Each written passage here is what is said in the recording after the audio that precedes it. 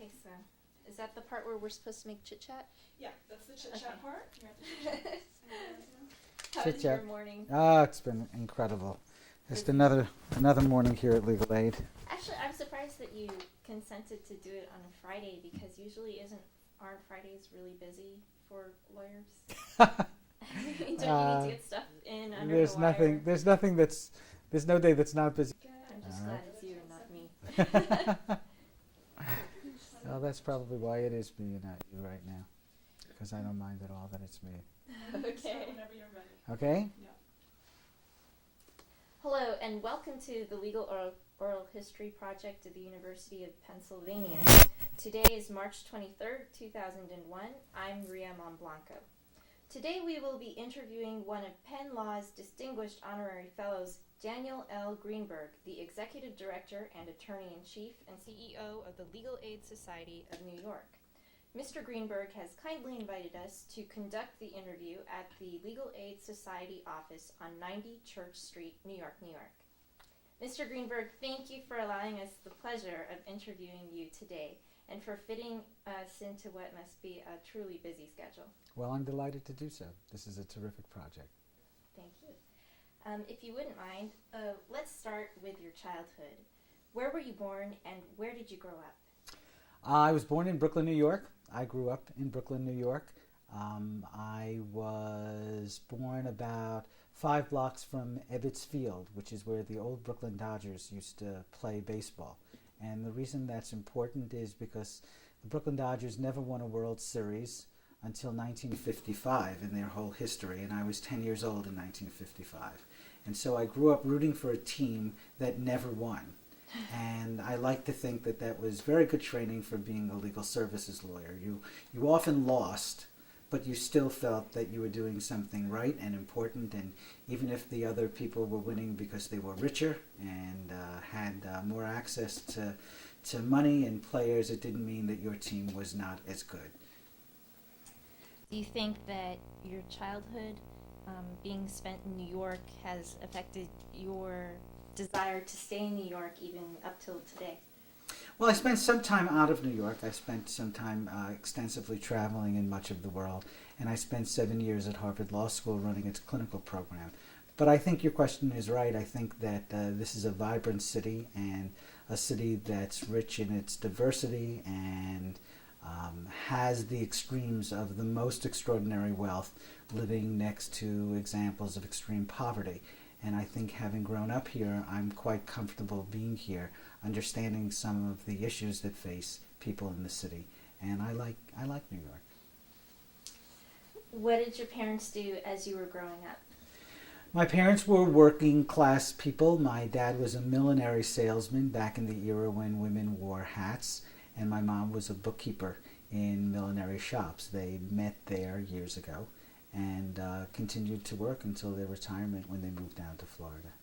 Did they have certain activities or certain ideologies that affected you up till later on in your life? Well, I think they were quite humane. I think that I learned in that household the importance of humane values, not necessarily left or right political values as such. I don't think they were political people, but I think they were good people, and I think that lesson came through clearly in discussions, that you had to care about other people, you had to do things for and with other people, and they were important values that were picked up in the home. Did you have any siblings? I do. I have an older brother. He's actually much more conservative than I am. We sometimes joke that when our parents were alive, that they may well have been sitting in the living room looking at each other, wondering how one could have turned out voting for Nixon and the other one doing something like running the Legal Aid Society. Did you have any role models as you were growing up? I did. I'm one of those people who always knew that he wanted to be a lawyer, even before I was quite sure what a lawyer did. When I was 10 years old, my family took a trip down to Washington, D.C. It was 1955, and it was a very powerful thing for me. It was the first time that I saw segregation because Washington, D.C. was still at the time a segregated city. And we went around and saw great historical documents, the Constitution, the Declaration of Independence. I saved a lot of the booklets that I took on that trip. And because I used to love to argue, and people would say, what, are you going to be a lawyer? This thing of being a lawyer really resonated for me. And I think that some of the reasons I became a lawyer obviously changed over a lot of years. But I really do trace the beginnings of a sense of social justice back to those years. When I was 16 years old, I got into an argument with my high school history teacher about civil liberties. And I wound up writing a letter to Justice Hugo Black at the time, telling him that I had had this fight with my teacher, explaining what the issue was, and saying to him, who's right, me or my teacher? And I actually came across that letter years later when my folks were moving and I was cleaning out my desk, and it's one of my treasured possessions. But Hugo Black was an important figure for me as a youngster. I also admired Sandy Koufax. He was a pitcher for the Brooklyn Dodgers. He was one of the few Jewish Major League Baseball players. He wouldn't pitch on Rosh Hashanah and Yom Kippur, the holy days of the Jewish calendar. So I liked that also. There was some integrity that even though they were in these pennant fights and in these World Series, on those days, Sandy Koufax didn't pitch. So it's a little strange. My two heroes were a Southern justice on the Supreme Court and a Jewish pitcher for the Brooklyn Dodgers. Did you ever get a response from Justice Black? Oh, I did. It was a lovely letter. I have it on my wall. It talked about how he was happy that high school boys my age were interested in issues of liberty, and that a really solid understanding of his positions would require me to wade through many, many volumes of the U.S. reports, but that he could cite me to an interview he had given with someone that could help explain it, and that interview was indeed quite helpful. And how was your grade in history class that I year? did terrific. I did Okay, well. great. What schools did you go to? I went to public schools in Brooklyn through high school. I then went to Brooklyn College and lived at home then. Brooklyn College is a free university, and so I could live at home and not pay tuition. And then I went to Columbia Law School in New York City, then moved out of the house and lived up on campus at Columbia. It was a somewhat tumultuous time at Columbia when I was there. During the years that before you went to college, as you were saying, it really was a tumultuous time. Even before you started at Columbia, just through high school and through your undergrad years, the late 50s and the early 60s, a lot was going on. Just a refresher, there had been a successful communist revolt in Cuba. Alaska and Hawaii had become official states. Simon and Garfunkel rose to the top of the charts. Kennedy had become the 35th president after the televised Kennedy-Nixon debates. John Glenn walked on the moon, and as you mentioned, it was also a great time of struggle for American blacks to gain the rights that were guaranteed by the Constitution. Out of all these social events, I know this is a difficult question, but what do you think had the greatest impact on you as you were in high school before? Well, I think that the evolution for me politically was from a powerful belief in the force of law to make social change, and a belief really through the Kennedy years that this was essentially a quite healthy society with a few issues like civil liberties, that if we tackled those issues, we would be a really wonderful society, toward an evolving evolution of just how basically pervasive inequality was, and how poverty and race were embedded in this country's history, and how law was often used to subjugate people rather than to free them. And so while you're right that the late 50s and early 60s showed the first signs of awakening out of the depth of McCarthyism and the great fear in this country to have political opinions, I think that the real flowering of a social active movement came beginning with the civil rights movement, but finding its full force during the anti-war movement of the later 60s and early 70s. And that coincided with time that I was at law school and then after law school, where the repression of the U.S. government on people overseas, and then the draft here, and then the repression of social activists here through the use of the secret police powers and through the use of campus guards came really to the fore for a lot of people of my generation. So although it was an evolving thing, I think that in many ways my law school experiences in the late 60s and then the activism of the anti-war movement of the early 70s really fueled a lot of the thoughts and beliefs and activism that I had. Right. This is actually jumping ahead of myself a little bit because I wanted to ask you about Brooklyn College and Columbia Law. But soon after you graduated, you co-edited a book called The Tales of Hoffman.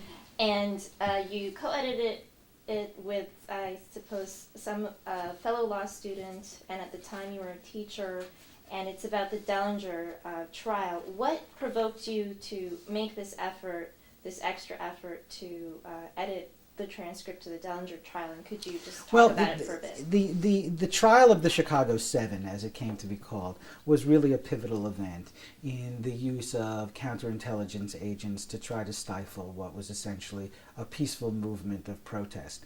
And the Chicago 7 trial was perhaps the epiphany of trial and theater meet together in the use of a trial for political and for media attention, in addition to the traditional ways that trials had been used before.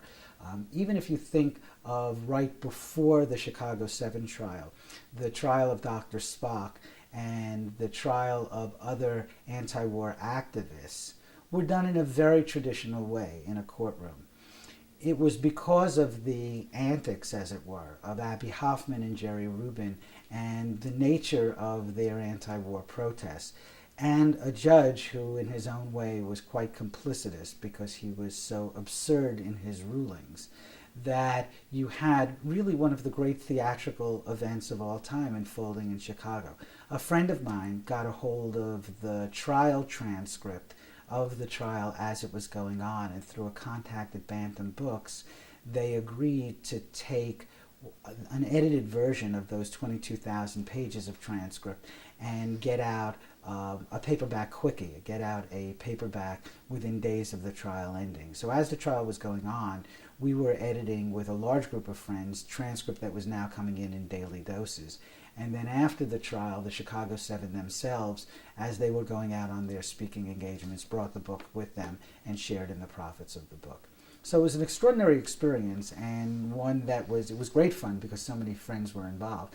But it was also, once again, part and parcel of those times where everything seemed to merge together. There was a glorious moment where being a lawyer and doing your day job, as it were, and being a social activist and going to demonstrations and having friends and relationships within those worlds created a continuity for someone that was really quite powerful. And I think that some young people can still experience that. There are ways of doing that. I don't think that era is over. What's over was the sense in the country of the enormous changes that were taking place in the directions that we were leading those changes. And that made it particularly exciting. In retrospect, there was a falseness to it. There was a way in which it really was some media events that led us to believe that the world had changed dramatically. And of course, in some ways, the world has changed, but I don't think nearly as pervasively as we had expected or hoped during that time. And you did this while you were in law school, in your This final right years. after law school, actually. The book came out, the Chicago 7 trial was taking place in 1970, and I graduated in 1969. So we were working on it while I was actually a school teacher at the time. Okay. Did you do anything at Brooklyn College when you were an undergrad in terms of social activism, or even in terms of being involved with more legal activities? Again, I knew I was going to be a lawyer. I was a member of some of those clubs, but not really. It took me into it took the Vietnam War to crystallize a lot of my thinking, and most of that occurred when I was in law school. I was young when I went to law school, skipping grades in New York City and all. So it coincided with 1966 to 69 and activism at the school as well. Why did you decide to go to Columbia Law School? It was a good law school. It was in New York. I had no particular desire to leave New York. I thought I would get a good education, and I fully expected to remain in New York in my practice, so it seemed like the best place to be at that time. Did you have any mentors there or peers who really affected you in any way? I had some good friends who I've remained good friends with. There were some faculty members who I connected with, but not as compellingly as afterwards when I actually entered the world of practice. There were people in the worlds of practice who I saw when I was there. Leonard Boudin came to the law school in my first year and had a debate over the validity of the Vietnam War with someone who is in the Judge Advocate General Corps. And I was quite impressed at what he was saying. What he said that made such an impact was, after the colonel went through all of the reasons that the Vietnam War was a legal war, Leonard Boudin, a great lawyer, Rabinowitz and Boudin had been one of the great leftist law firms in this country, one of the founders of the National Lawyers Guild. And Leonard Boudin came to the law school, and he began by saying that the Vietnam War was wrong. And he said, I know that you're law students and you're going to now expect me to give you statutes and rules and regulations and cases, but I want to begin by saying that it's just wrong, and that there are some things that are just wrong in this world, and that law school trains you poorly when they train you to think that things are measured right or wrong in terms of whether they're legal or not. Some important things can be deemed legal or illegal, but the more important issues for your life don't fall into such a neat category. And this war is wrong intrinsically because of what we're doing. And I don't have to give you statutes. And in a law school, that's really quite anathema. I don't remember whether he was actually booed, but he certainly, in terms of points scored, don't score points by telling law students that he's not that interested in what the laws are. He went on to, as a lawyer should, give lots of good reasons in statutes and regulations and cases about it. But his more fundamental point was that law doesn't affect whether something is right or wrong, and it was a powerful lesson. While you were in law school, there was something like the Vietnam War that was very powerful going on in the world as you were attending law school. And so as a result, it affected maybe a lot of the students' mindsets. But today, that is to a certain extent lacking, maybe thankfully. But do you see any difference between law students today and the law students you knew back then? I think that the law students today who are interested in public interest law are really in many ways quite more extraordinary than those of my generation were. If you were coming of age, if you were an adolescent and in your 20s during a time that every news broadcast and every major magazine had pictures of be-ins and sit-ins and demonstrations and women's movement and social movements on the front page, and it was the most compelling news story around, it was relatively easy for somebody as a student to become interested in those things. It was all the forces of society pushing you in that direction. If you're a law student today, you were born maybe after Ronald Reagan was president, and most of your conscious history is Reagan, Bush, with a couple of years of Carter, and then Bill Clinton. And I think that I'm even more impressed at how there still remain such a cadre of students who, despite all of the forces around them, telling them that making money and being selfish and working to create your own .com is the only rational way to live, nonetheless maintain some real principles and integrity and go into law school knowing that they want to do progressive work and come out equally committed to it. So in some ways there are fewer numbers, but in other ways I think it's even more important. The other is that at least now there is an infrastructure into which someone can go. There really are legal services and large public defender offices. There are progressive law firms. There are backup centers. There are law firms that are related to women's issues or to the rights of Puerto Rican Legal Defense Fund of the NAACP. There were very, very few at that time. And so amongst the heroes that I have in my life were people who were in private law firms and still tried during the 50s and the 60s to represent progressive causes. And I came into greater contact with them in my practice. So I think in some ways some law students have it easier, but in some ways the fact that they exist is much more to their credit that they exist. You mentioned having heroes who were already practicing public interest sort of law while you were in law school, and also that all through your childhood you were sort of geared towards a really open mindset and having a career in law. Why then did you decide to teach 5th and 6th grade elementary school at Harlem? Well, that was pretty easy. That was alternative to the military. I graduated law school. I was only 23 years old. You were eligible to the draft until you were 26 years old. One of the ways that you could not be drafted was to do alternative service in some area that was underpopulated but needed people. And teaching in New York City was one of those places. I also always loved kids. It seemed like an interesting thing to do. So I spent those years teaching in Harlem. In some ways, it may have been the hardest thing I've ever done. I actually remember when I was on trial sometimes for 8, 10, 12 days at a time, but I thought back to what it was like being in front of a classroom of 10-year-olds who were looking at you and saying, come on, teach me something. Maybe I'll let you.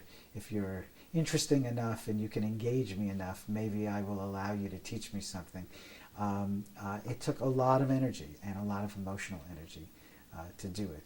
But I loved it. It was a very good thing to have done. And then when I was free of draft worries, I did begin my legal career. Did you make efforts to maintain your membership with the bar and continue to educate yourself in the legal profession? Oh yeah, I knew I was going to be a lawyer. It wasn't a sense that, gee, this might be the profession for me. I knew I was going to be a lawyer. I took the bar exam right out of law school. I passed. I paid my bar membership dues. I remained involved in that. But my law career really began 2 years later in 1971 with legal services. Okay. And speaking of your law career beginning, you started at the Mobilization for Youth Legal Services right here in New York City. Right. Why did you choose that particular center? Well, the evolution in my thought, as I had alluded to before, really took me from this is a healthy society and I should be a civil liberties lawyer to just get those First Amendment issues in place, to really understanding economic deprivation and the ways in which law keeps people subordinated, largely for the interests of people who are much richer than they are. And so I came to see this new legal services program as being much more in tune with what I wanted to do, which was to be on the side of poor people in a whole range of issues and economic issues. I didn't go into criminal law. I didn't go into civil liberties law. I chose to be involved on the Lower East Side of Manhattan in a small neighborhood office in a very concentrated area of New York, which coincidentally was the great melting pot of American law. I had one extraordinary experience of representing a tenants association, a building that was on rent strike, and in doing some own personal research on my family's history found that my grandfather, when he came to this country as an immigrant from Romania at the turn of the 20th century, had actually worked in that building as a union printer. And I found his printing card that showed him to be a printer in the Big Six Union in that building on Orchard Street. And I remember going into court the next time this case was on, and in the informal give and take that happens before trials begin, if indeed there ever really is a trial, I was able to hold up this card and say to the judge, "Look, Judge, my grandfather worked in this building, and I don't think the landlords put a penny in this building since 1906. And that's what we're here today about. So there really was this almost nostalgic sense of coming home. My dad had been born on the Lower East Side. My great-grandfather and grandfather had lived there as children, and here I was running the Lower East Side office of this newly founded law firm for poor people called Mobilization for Youth, living in the city and feeling very much a part of it. Sort of giving back to the community and deepening that bond that you already had. Yeah, but I would also say something else. I do understand some of the notion of giving back to the community that you mentioned. I think that often there's associated with people who do this kind of law some notion of sacrifice and some notion of we could be making a lot of money, but we're choosing to be with the downtrodden in some ennobling way because of our family history or because of giving back to the community. And I think it's important to say that, for me at least, this has been a very selfish journey, that I love what I do. I've always loved what I've done. I've always felt that it was creative, that it was engaging, that it was interesting work, that it was challenging work, that it used some of my better talents of speaking and of writing, and that I could do it for people who were poor was a very important decision about which side I was on. But that beyond that, there was really there's very little sacrifice in this for me. I'm actually somewhat surprised when I hear people, law students or law advisors, saying, well, you'll be giving up so much if you do this kind of work. To me, to spend most of your waking hours doing something which at best is irrelevant to your life and at worst is actually contradictory to who you are, that seems to me to be a great sacrifice. People who are going to earn some amount of money for spending 14 or 15 hours that they're awake doing something that they don't particularly like because it will get them income.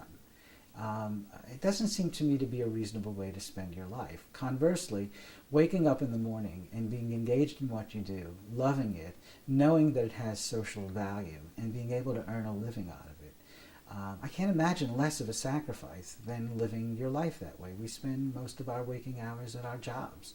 And if you don't love your job, it seems to me that you're making quite a sacrifice in some other way to do it. We're very lucky as lawyers in this moment in the world to be able to earn a living doing something that we think to be important.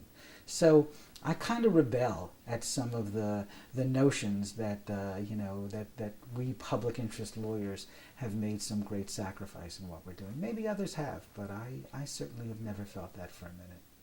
That kind of ties in your attitude as contrasted with some other folks' attitude on public interest law. You once wrote up a checklist much later on in your career for the Practicing Law Institute on how to represent parents in Article 10 proceedings. There are actually two versions of this checklist, but in the earlier version, I really liked what you had for the final item. All the other items were very technical. They said make sure you interview your witnesses or things like that, fill out this form, etc. But item number 50 says, treat every case and client as if he or she was wealthy and paid you directly for your services. And if you can't afford to do this, you should withdraw from the panel. And that sort of reflects the integrity that you were speaking of when you look at your heroes, and it reflects how you really enjoy what you do. And I was just wondering, does this is not a common attitude that's reflected with all public interest lawyers in practice. I think people come to what they do in life from many different ways. Some of the most powerful public interest lawyers I know are fueled by religion. They are following in the great traditions of, in modern times, a Dorothy Day who lived on the Lower East Side and did the sacrifice that she did, and they're fueled by St. Augustine and by Jesus and by great religions of all sorts to believe that in this world you act ethically. And they can be very powerful lawyers, motivated by that. Some come purely out of politics. There's a Marxism or a left-leaning and championing the underdog becomes essential to their worldview. I've learned that you can't measure somebody's effectiveness by what the psychological motivations are. That the same people who grew up wealthy, some of them say, because I grew up wealthy, I must be in a place where I'll be wealthy. And others say, because I grew up wealthy, I recognize my options and I don't need that wealth to be happy and I can do other things. And people who grew up poor will tell you, I grew up poor and therefore I have to make a lot of money because I missed it when I was young. And others will say, I grew up poor and I had a wonderful life, so clearly money isn't important. I'm less concerned about why people do things and more concerned about what they do. I think that objectively things we do affect other people and affect the world.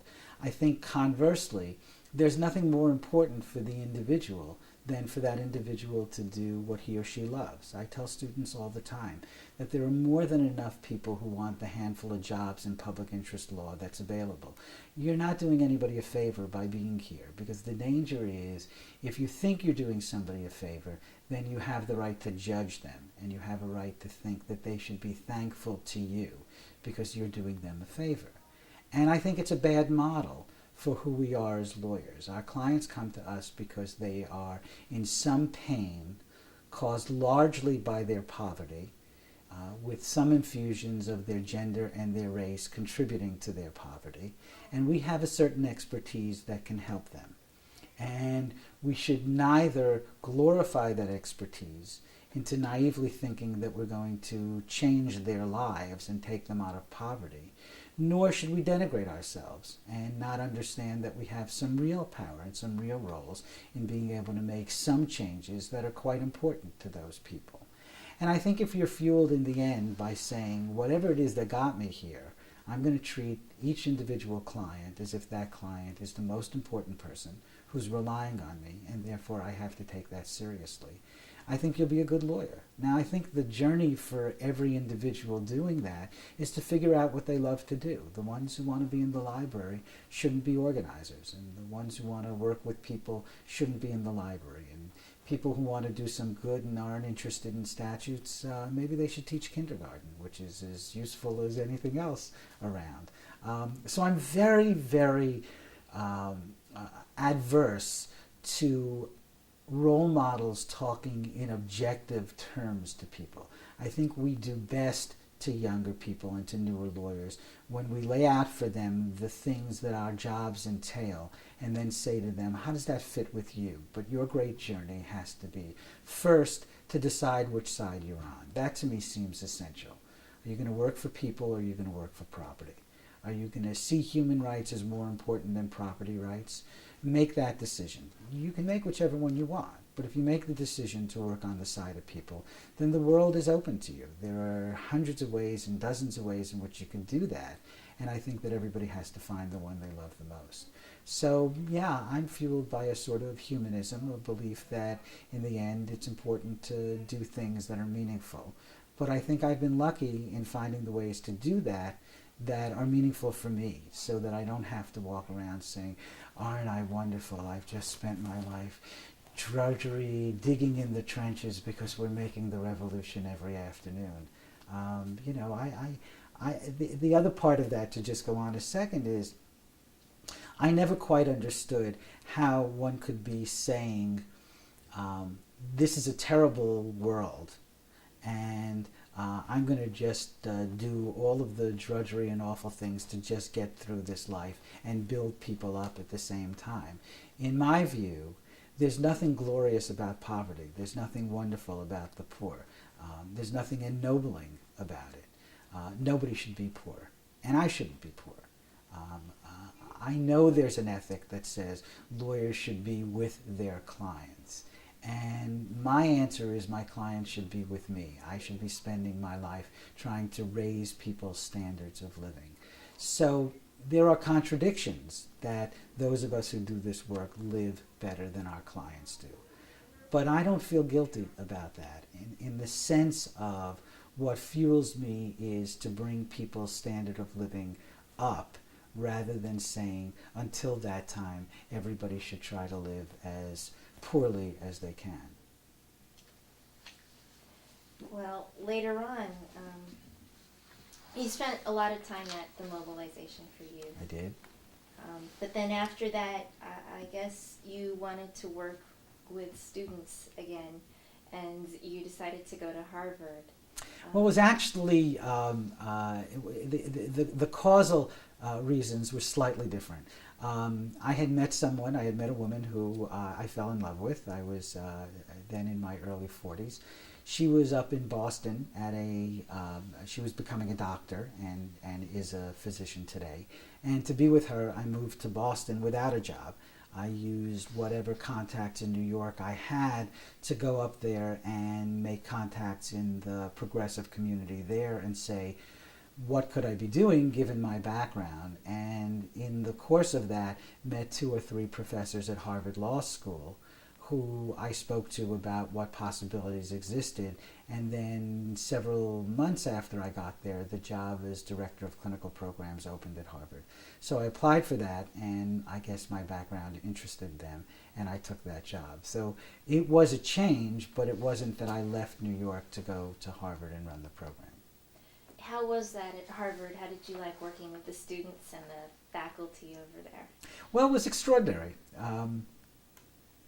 On the one hand, this is the richest institution in the country in some ways. Harvard Law School's endowment is more than the gross national product of most of the countries in the United Nations. This was truly the ruling class educational institution in America. And on the other hand, I was being offered the opportunity to run that part of its law school that focused on poor people and focused on indigent defendants, to do much of the work that I had done. There was a very large practice up there. And so I was getting a chance to continue to run a legal services program. This time, instead of having no money, it was under the auspices of Harvard Law School. I think it was one of the great experiences of my life to be able to have practiced for a long time and then to have gone to an academic community where I could reflect on that practice, surrounded by very, very smart faculty and very, very smart students. And it coincided in my life with this new relationship and children, and so it was really having gone from being in court all the time with hundreds of individual cases requiring trials and 24-hour preparation and all of the intensity to an academic setting where their idea of a hard memo to get them is, can you have it within 4 months, and then you have 6 months to revise it. I in some ways felt that I had died and gone to heaven up there. It was an extraordinary experience. And again, I met some amazing people that were quite powerful influences on my life. So this was a new position, but did you have the opportunity to make any sorts of changes or maybe make new clinics? Oh yeah. I mean, the clinic was run on a faculty level by a man named Gary Bello, who just died this past year. And Gary was one of those towering, extraordinary figures. He had helped create California Rural Legal Assistance back in the 60s. He had helped form Public Defender Services in Washington. He was one of the first clinical teachers in the country. And he was both a visionary and a micromanager, which is a rare combination in anyone. And I worked with him directly, and he was a great mind who loved to strategize.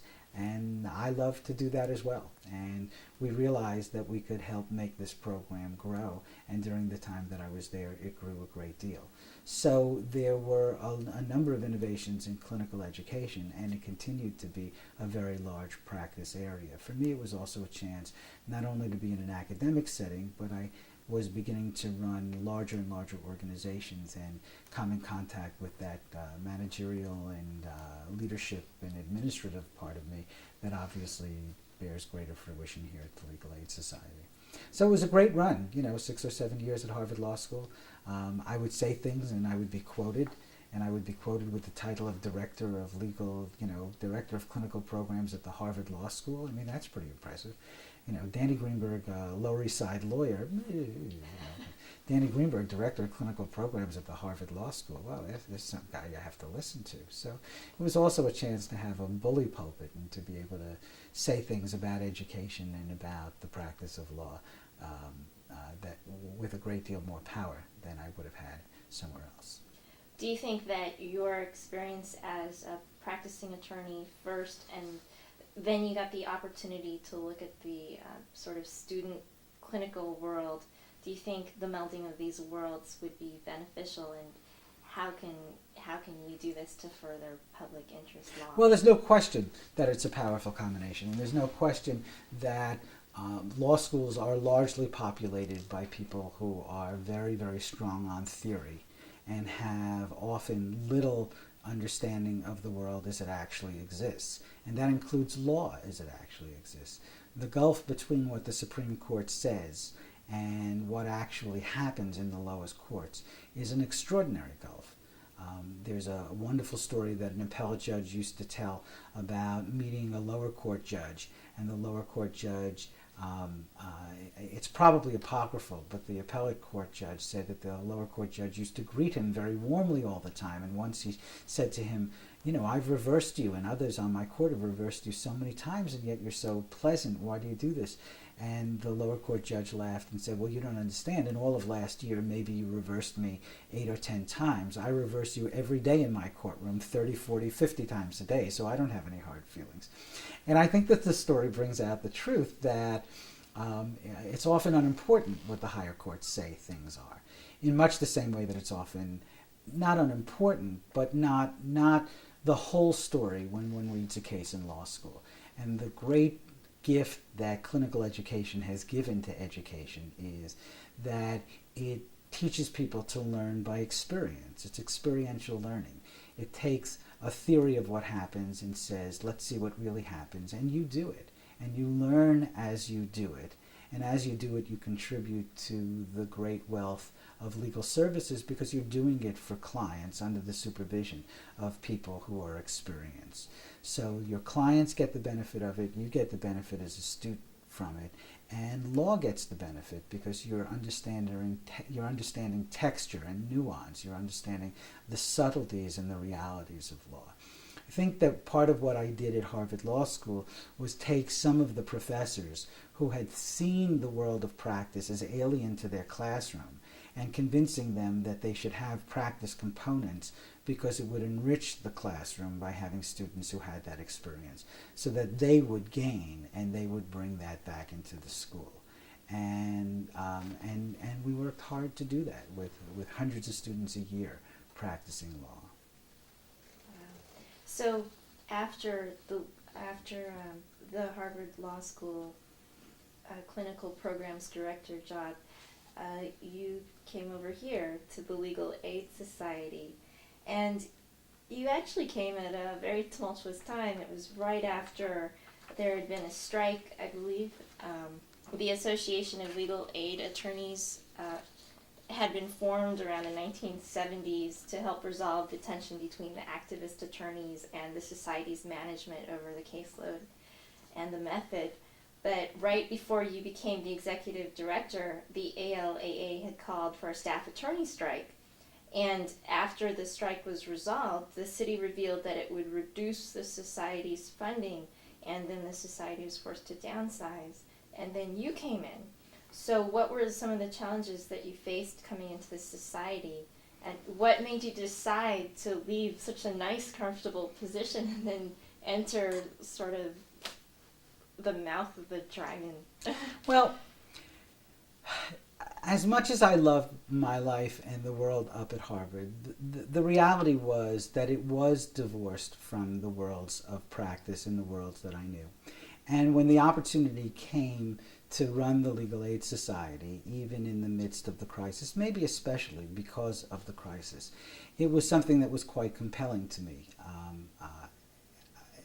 If you believe that one of the important reasons for being in an academic setting is because you could affect students who could then affect the practice, the opportunity to run what is really the world's largest public interest law firm was one that was too exciting and too interesting to me to pass up.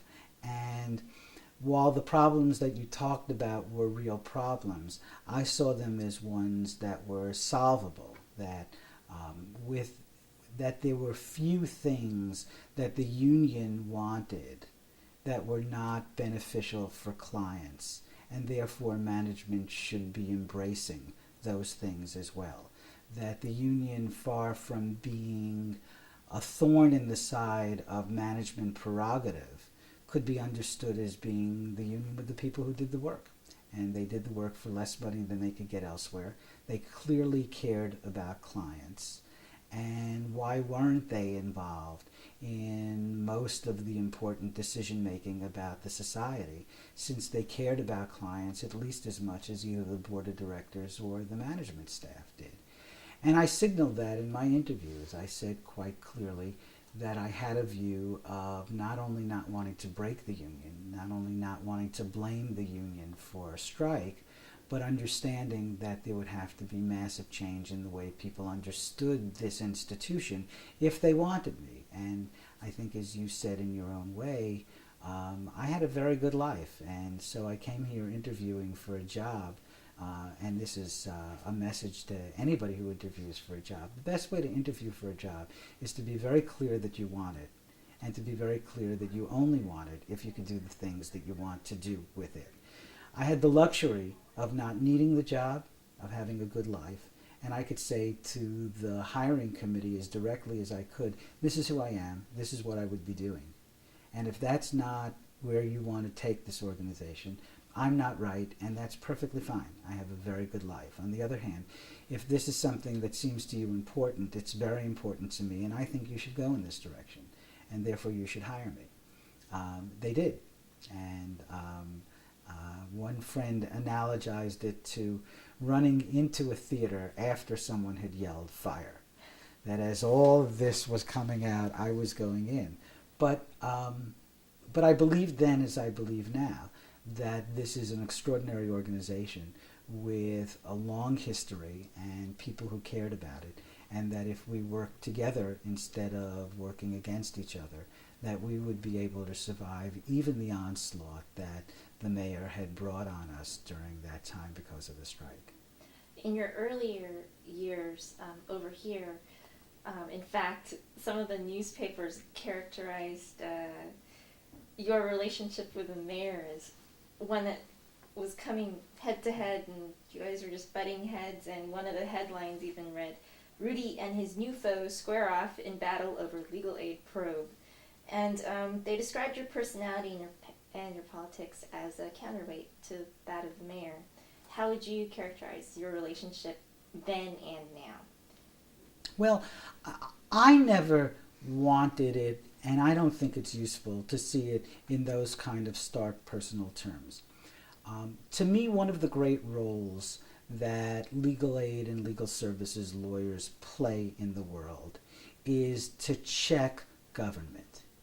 That when you think about even the emotional issue of crime and how district attorneys and U.S. attorneys are painted on white steeds saving people from evil criminals, the reality of our world is that from the beginning of history as we know it, it has always been government in the name of its people that have perpetrated the greatest atrocities against people. That the lone gunman with a rifle or the mad shooter As horrific as those things are, and as much as we need to guard against it, it was always Attila, it was always Alexander, it was the Holocaust, it's Kosovo, it's the inhumanity that government perpetrates that results in deaths of thousands and millions of people. And that the role of being a check on government, the role of standing there and saying, I'm not going to let you do this to this individual. I'm not going to let you put her in jail. I'm not going to let you take away her child. I'm not going to let you cut off Social Security benefits. It's actually a very noble role because it checks government. And I think that strategic governmental leaders understand that.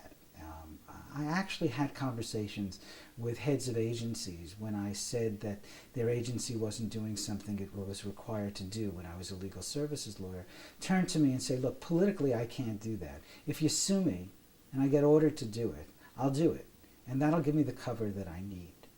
And so there's a way in which the lawyers for poor people who bring cases are merely bringing to the attention of the courts one side of an issue, with the government or other individuals always having the right to bring their other side to the fore. When government leaders take that personally, when they see that as an assault upon them and a questioning of their leadership, it creates a very unhealthy dynamic. When government leaders see this as a healthy part of democracy, really sort of fifth grade civics, there's a executive and the legislature makes the laws and the executive enforces them, and then the judiciary says whether they're constitutional.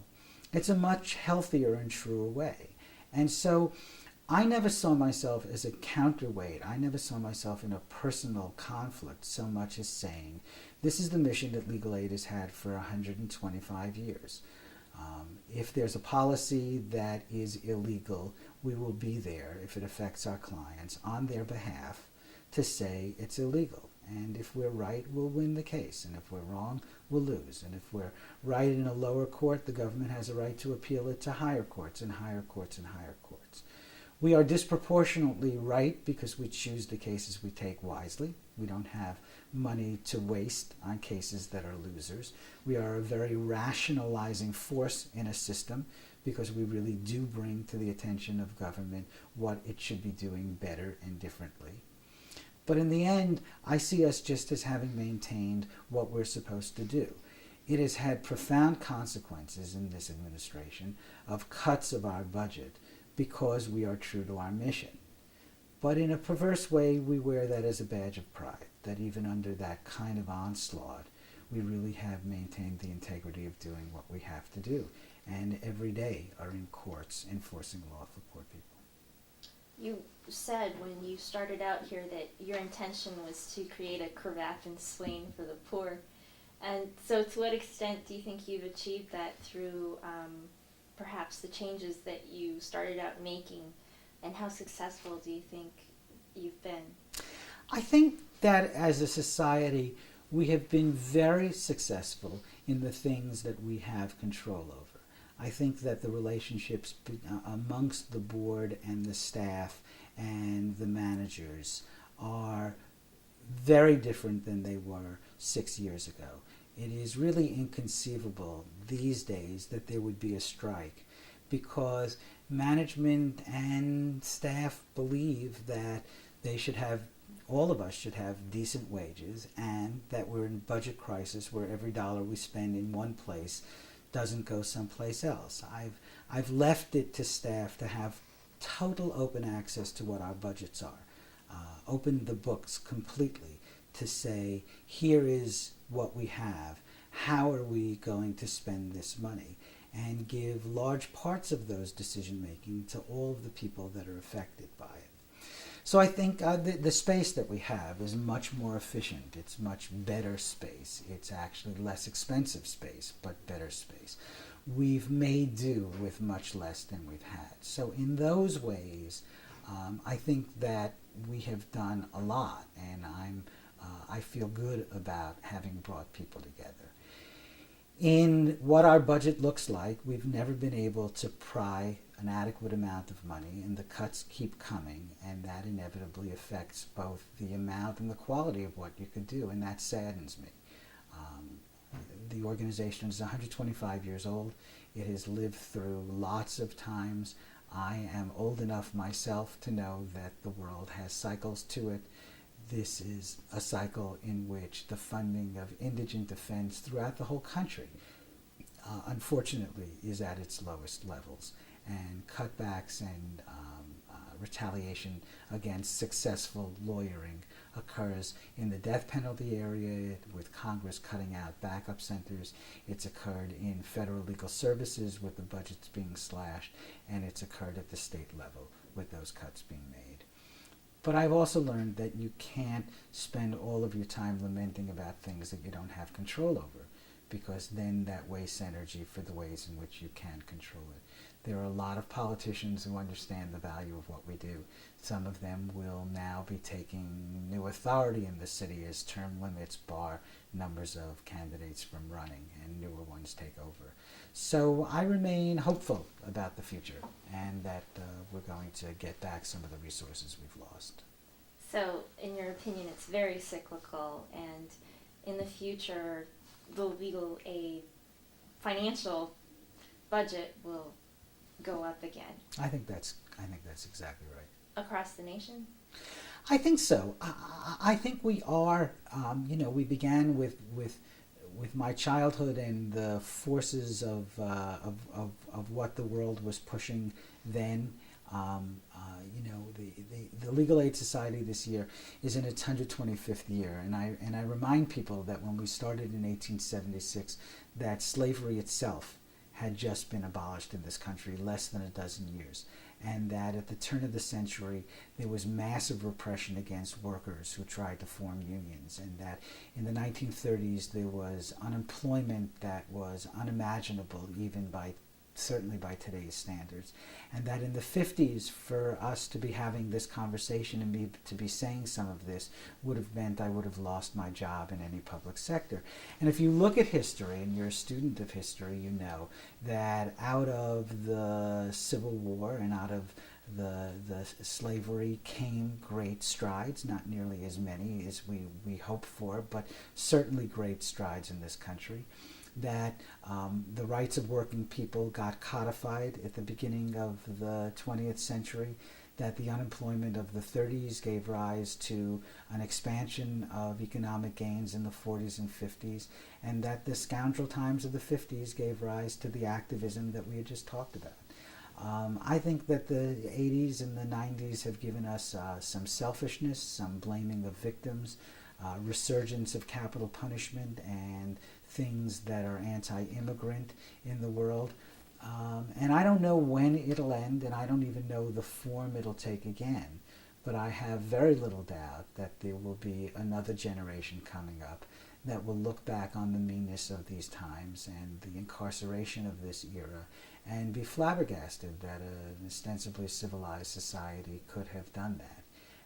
Probably look to me or my children and saying, "Tell us again, Grandpa, how you were out on the battle lines fighting off the police," and we'll exaggerate all the things we did for the benefit of a good story. But the world is like that, and I think that in any given moment you do all the things you can do as best you can do, and again rely on the fact that it's fulfilling to you as a person as you're doing it, and that there's not much more anybody can ask for. I noticed that the Legal Aid Society has a prisoners' rights project, and that recently you submitted, not you particularly, but the society submitted an amicus brief in connection with the with other parties concerning prisoners' rights to the Supreme Court. Can you tell us a little bit about that and how it came Well, about? one of the things about legal aid is because we're about 800 lawyers and 800 support staff. It's a budget of $130 million. It is a full-service law firm for poor people, and we've given up money that restricts us. The Legal Services Corporation, for example, says if you take their money, you can't do class action advocacy, you can't do lobbying, you can't do prisoners' work. And so we gave up about $2 million in money from them in order to continue to do that. We have a prisoners' rights project, we have an immigration project, we have a homeless rights project, we have elderly projects, we have a divorce pro se project. There are numbers of things within the civil division and in the other divisions that really target specific groups of people. Prison reform, like welfare reform, is an oxymoronic misnomer. Prisoners are treated badly, and to the extent that lawyers have brought cases to try to improve those conditions, Congress has in turn turned around and tried to undo some of the things that courts had historically done. And one of the things they did was take jurisdiction away from the ability to enter into these kinds of consent decrees and free the governments in the states that made them from having to actually comply with the agreements that they made years ago. And that's now under consideration by the U.S. Supreme Court as to its legality. Much the same way immigrants have lost the right to appeal from the determinations of asylum made at airports or made at points of entry. And we're again challenging that stripping of rights in the courts to review these things. So I'm very proud not only of the daily work that we do, but legal aid lawyers have argued 80 cases in the U.S. Supreme Court and have been successful in more than half of them. We lobby in the state and the city to make laws that are better for poor people. We litigate at every level. We do appeals work, we do trial work, we do administrative hearing work, and much of the caseload we have gets resolved simply by negotiations. So it exists at every level, and prisoners' rights is just one of them. Which sorts of cases are closest to your heart? Well, I was a civil lawyer doing housing and family law, and I guess on some level those still remain important to me. But as I said, most of the work we do is in the criminal defense area, and I make no apology for that work. It is vitally important that when you have policing policies that just sweep up hundreds and hundreds of people into its net for as petty things as writing on a wet paint sign or riding a bicycle without a bell or crossing in the middle of the street, you're beginning to move into areas of repression and repressive government that I think are quite dangerous. So I think it's fair to say at this point in my life that all of the work that we do, I see it connecting to each other and being important. Would you mind speaking to those people who might say that they don't understand why people would try and defend the bad guys, the criminals, and the poor criminals? Would you mind speaking Well, about that I a think bit? the most compelling reason for me personally was what I said before. I think that the check that you are on government and government's being out of control is terrifically important, and it's always been the role of courts to try to do that, although courts often become complicitous in those policies. We defend one side of the case, and in addition to the usual reasons that everybody deserves a lawyer and the usual reason that you never know if somebody is guilty or not, I think there is that institutional role we play of being a check on unlimited power of government that's important to all people. I laugh or I smile sometimes when people describe us as a radical organization, because I can't think of anything more conservative than putting on a jacket and tie or a skirt and saying yes, Your Honor, and no, Your Honor, and arguing one side of a case while the other side argues the other. If that's what it means to be a radical in modern America, the society is even more conservative than I thought it was. Well, I'd better wrap things up here. But what are your thoughts on the future of public interest law? I think that students coming out now are extraordinary. I think that there are great opportunities for them in organizations and agencies that didn't exist before. I think that creative people are finding alternatives to litigation as ways of organizing people and getting people back the power that people need if they're going to make genuine change. I think we've become institutionalized in both the best and worst sense of that. The best sense is that we are accepted as part of the life of this country, and it will be hard to roll back completely on public interest law. The worst sense is if we become complacent and think that only the ways that worked 30 years ago are going to work today, and we're not constantly struggling to create new and different ideas about how to do the work that we do. But on the whole, I wouldn't even say I'm optimistic. Optimism to me seems more objective, and I'm not sure that right now at this moment in history that there's cause for optimism on an objective scale. I think the word is hopeful. I remain ever convinced that things will change and get better. I keep that hope alive within me and hopefully within other people. And in the end, as I began, in some profound, fundamental way, I don't measure whether or not I've been successful by an objective standard that things are better than when I began. I'm not sure they are. I'm not sure that in the end, after 30 years of my practice, that it's necessarily better for poor people than it was when I began. What I do know is that I've made a difference to lots and lots of people. And what I also know is that it's just been a great fun trip to do. So I can't wish much more for anybody than to be able to say that at any point in their lives. Well, before I ask you about your plans for the future, would you mind reflecting back on your career here at Legal Aid and saying what your most memorable case or moment was? Well, I think I'm not sure. I no longer litigate per se. I'm spending a lot of my time raising the consciousness in the public about what we do and fundraising and being a place of people checking in who actually run other parts of the society.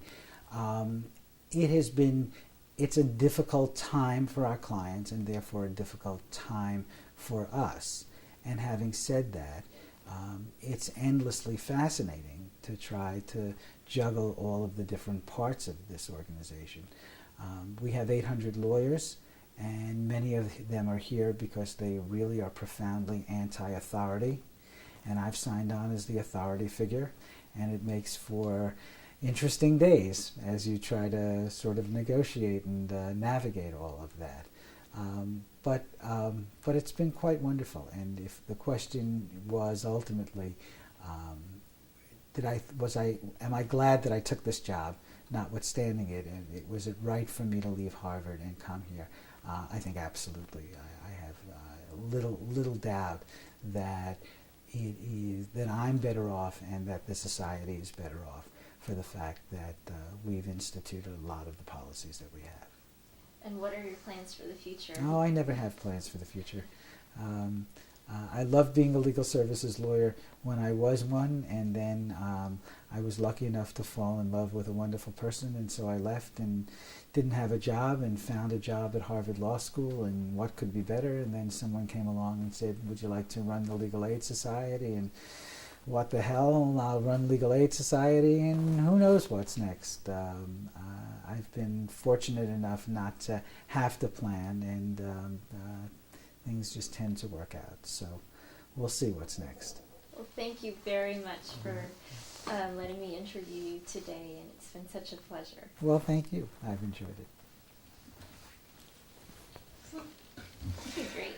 All right. Okay, just give me 10 seconds to roll.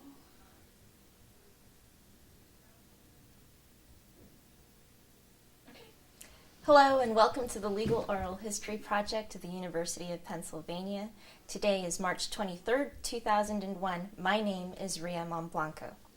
Today we will be interviewing one of Penn Law's distinguished honorary fellows, Daniel L. Greenberg, the Executive Director and Attorney-in-Chief and CEO of the Legal Aid Society of New York. Mr. Greenberg has kindly invited us to conduct the interview at the Legal Aid Society's office at 90 Church Street, New York, New York.